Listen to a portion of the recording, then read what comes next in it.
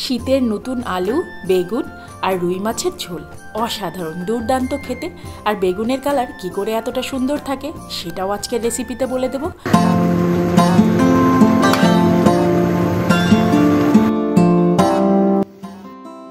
আসসালামু আলাইকুম এভরিওয়ান, সহজ এবং মজাদার রান্নার ইউটিউব কুকিং চ্যানেল গৃহসুখনে আপনাদের সকলকে স্বাগত জানাচ্ছি। আমি আফরোজা।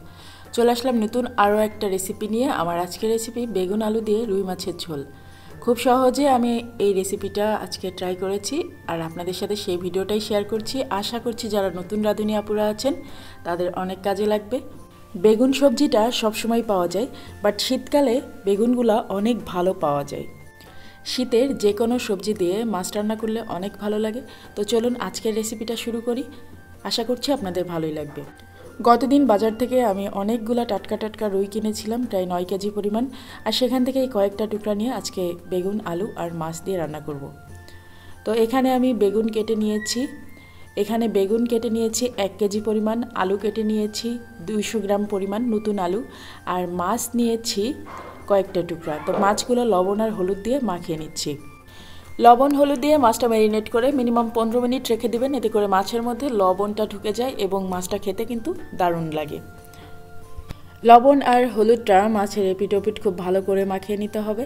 আর এখন চুলায় একটা কড়াই বসিয়ে দিয়েছি আর তাতে দিয়ে দিচ্ছি 1 টেবিল চামচের মতো সরিষার তেল। আমি যেহেতু সরিষার তেল খাই তাই সরিষার তেলটাই দিচ্ছি। তবে সরিষার তেল সয়াবিন তেলের থেকে অনেক বেশি ভালো, স্বাস্থ্যকর, তাই সরিষার তেলটা খাওয়ার চেষ্টা করবেন। আর একটু লবণটা দিয়ে দিলাম, যেহেতু আমার ফ্রাই প্যানের ননস্টিকিটা নষ্ট হয়ে গিয়েছে, তাই মাছটা উল্টাতে যেন সুবিধা হয়, তাই একটুখানি লবণ দিয়ে দিয়েছি। এখন তেলটা গরম হয়ে গিয়েছে, মাছগুলো ভেজে নিব। খুব বেশি কড়া করে ভাজা যাবে না, মোটামুটি একটু গোল্ডেন ব্রাউন কালার আসলে কিন্তু মাছগুলোকে আমি উঠাই ফেলবো। মাছগুলোকে আমি সুন্দর করে ভেজে নিয়েছি। খুব বেশি কড়া করে মাছ ভেজে নেওয়া যাবে না, হালকা ব্রাউন কালার, এই যে দেখেন গোল্ডেন একটা ব্রাউন কালার চলে এসেছে। আর এখন আমি মাছগুলোকে উঠিয়ে নিচ্ছি আর এরপরে তরকারি রান্নাটা শুরু করব। চুলা একটা কড়াই বসিয়ে দিয়েছি আর তাতে দিয়ে দিচ্ছি অল্প সামান্য একটু তেল। আর এর মধ্যে আমি নতুন আলুগুলোকে একটুখানি ভেজে নিব। নতুন আলুগুলোকে একটুখানি ভেজে নিলে তরকারির টেস্টটা খুব ভালো আসবে। আর নতুন আলু এমনিতেও ভালো লাগে। আমি জাস্ট একটু ভেজে নিচ্ছি, বেগুন আলুর তরকারি তো সে কারণে একটু ভেজে নিলাম, হালকা একটু লবণ দিলাম। আর এখন 2-3 মিনিট এই যে এরকম নেড়ে চেড়ে ভেজে নিয়েছি। এখন এগুলোকে উঠিয়ে নিব আর তারপরে এই কড়াইয়ের মধ্যে আমি তরকারিটা রান্না করব। তো আমি পেঁয়াজ আর রসুন আজকে একবারে পেস্ট করে নিয়েছি। আমি সবসময় দেখেন যে যখন রান্না করি তখনই পেস্ট করে নিই, এতে করে স্বাস্থ্যের জন্য ভালো। পেঁয়াজ রসুন আগে থেকে বেটে ডিপে রাখা উচিত না, এটা সাথে সাথে ইউজ করা উচিত। এখন আলুগুলাকে আমি তুলে নিচ্ছি আর এর মধ্যে দিয়ে দিচ্ছি আর অল্প সামান্য একটু তেল, 1 টেবিল চামচের মতো। এখন এর মধ্যে দিয়ে দিচ্ছি বাটা মশলা। আমি এখানে দিয়ে দিলাম পেঁয়াজ আর রসুনের পেস্ট। এখানে 2টা পেঁয়াজ নিয়েছি, দেশি পেঁয়াজ, আর একটা রসুন, একটা বড় সাইজের রসুন আর 2টা পেঁয়াজ পেস্ট করে নিয়েছি। আর সেটার মধ্যে একটুখানি পানি দিয়ে মশলাটাকে ভালো করে কষিয়ে নিচ্ছি। এখানে দিয়ে দিলাম 1 চা চামচ হলুদ, 1 চা চামচ জিরা, 1 চা চামচ ধনিয়া, আর মরিচ আপনারা আপনাদের টেস্ট অনুসারে দিবেন, লবণও টেস্ট অনুসারে দিবেন। অনেকে আছে লবণ খেতে একটু বেশি পছন্দ করে, আবার অনেকে আছে একটু কম লবণ খেতে পছন্দ করে। অনেকে আছে মরিচ একটু বেশি পছন্দ করে, আবার অনেকে আছে মরিচ একটু কম পছন্দ করে। তো এগুলো আপনারা আপনাদের টেস্ট অনুসারে অ্যাড করে নেবেন। মশলাটা খুব ভালো করে কষিয়ে নিয়েছি আর এখন এর মধ্যে দিয়ে দিব পানি। আজকে কিছু টিপস আপনাদের সাথে শেয়ার করব কিভাবে বেগুনের কালারটা সুন্দর থাকবে। বেগুন রান্না করলে দেখা যায় যে বেগুনের কালারটা একটু কালচে কালচে হয়ে যায়, বাট আজকের তরকারিতে বেগুনের কালার একদম গ্রিনই থাকবে। তো কিভাবে থাকবে সেটা টিপসটা আজকে বলে দিব। যখন এই ঝোলের পানিটা টকবক করে ফুটবে, ঠিক সেই মুহূর্তে আমি এই ভাজা আলুটা দিলাম আর বেগুনটা দিলাম। এখন একটা ঢাকনা দিয়ে ঢেকে 5 মিনিটের জন্য রেখে দিব। এতে করে বেগুনের কালারটা নষ্ট হবে না। ঠান্ডা পানির মধ্যে যদি বেগুনটাকে আমি দিয়ে দিতাম তাহলে বেগুনের কালারটা নষ্ট হয়ে যেত। বাট এটা ফুটন্ত টকবক করা ঝোলের মধ্যে আমি বেগুনগুলোকে ছেড়ে দিয়েছি, যার কারণে বেগুনের কালারটা মোটেও নষ্ট হবে না। এখন এই যে ভাজা মাছগুলো দিয়ে দিচ্ছি আর দেখতে পাচ্ছেন বেগুনের কালারটা কিন্তু সুন্দর একটা গ্রিন কালারই রয়েছে। শীতের মৌসুমে বিভিন্ন রকম শীতকালীন সবজি দিয়ে মাছ রান্না করে খেতে খুব ভালো লাগে। এখানে আমি রুই মাছ ইউজ করেছি, আপনারা চাইলে এখানে যে কোনো ধরনের মাছই ব্যবহার করতে পারেন, যে কোনো ধরনের বড় মাছ, শোল মাছ খেতে পারেন, রুই মাছ, কাতলা মাছ, যে কোনো ধরনের মাছ দিয়ে রান্না করলে খুবই ভালো লাগে, খুবই টেস্ট লাগে।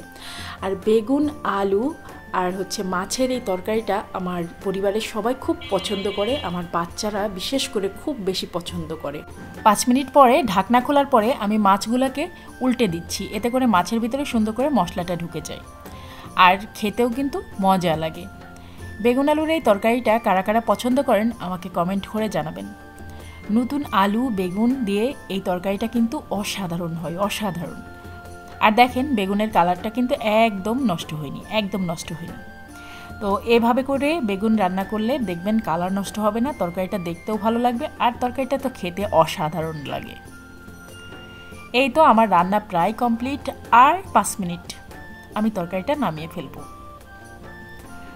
আর গরম ভাতের সাথে এই ধরনের তরকারি খেতে কিন্তু দুর্দান্ত লাগে, আমার কাছে খুব ভালো লাগে। শীতের বিভিন্ন সবজি দিয়ে আমি কিন্তু আপনাদের সাথে অনেকগুলো রেসিপি ইতিমধ্যে শেয়ার করেছি, শিম দিয়ে, আলু দিয়ে, রুই মাছ দিয়ে, তারপরে বেগুন আলু রুই মাছ আজকে দিলাম, তারপরে আপনাদের সাথে কাঁচা টমেটো, আলু, রুই মাছ, এরকম অনেকগুলো রেসিপি শেয়ার করেছি। শীতকালে সবজি খাবো না, এটা কি হতে পারে? শীতকালে সবজি বেশি বেশি খেতে হবে। যদি সুস্থ থাকতে চান তাহলে অবশ্যই সবজি বেশি বেশি খাবেন। মাছ আর সবজি আমাদের স্বাস্থ্যের জন্য খুবই ভালো, খুবই ভালো। তো আজকের ভিডিওটা আপনাদের কেমন লাগলো আমাকে অবশ্যই কমেন্ট করে জানাতে ভুলবেন না। আপনাদের সুন্দর সুন্দর কমেন্ট পেলে আমার ভিডিও তৈরি করার আগ্রহটা অনেক অনেক গুণ বেড়ে যায়। আপনাদের সুন্দর সুন্দর কমেন্ট পড়তে আমি অনেক বেশি পছন্দ করি। তো আজকের ভিডিওটা কেমন লাগলো আমাকে অবশ্যই জানাবেন, আর ভালো লাগলে আমার চ্যানেলটা সাবস্ক্রাইব করে দিবেন, পাশে থাকা বেল আইকনে একটা প্রেস করে দিবেন, এতে করে আমি যে কোনো ভিডিও দিলে তার নোটিফিকেশন আপনার কাছে পৌঁছে যাবে আর সহজে আপনি আমার নতুন ভিডিওটা দেখে নিতে পারবেন। আর যারা ফেসবুক পেজ থেকে দেখছেন তারা অবশ্যই পেজটাকে ফলো করে দিবেন, এতে করে আমি যে কোনো ভিডিও দিলে তার নোটিফিকেশন আপনি পেয়ে যাবেন আর আপনার সময় সুযোগ মতো আপনি আমার ভিডিওটা দেখে নিতে পারবেন। গরম গরম সাদা ভাতের সাথে এই ধরনের তরকারি খেতে কারা কারা পছন্দ করেন অবশ্যই কমেন্ট করবেন। আমার মনে হয় বেশিরভাগ মানুষই এই ধরনের তরকারি খেতে খুবই পছন্দ করে। আর শীতকালে আবারও বলছি, বেশি বেশি সবজি খাবেন। আজকের মতো ভিডিওটা শেষ করছি। সবাই ভালো থাকবেন, সুস্থ থাকবেন, নিরাপদে থাকবেন। আমার বাচ্চাদের জন্য সবাই দোয়া করবেন, আমার পরিবারের জন্য সবাই দোয়া করবেন। আল্লাহ হাফেজ।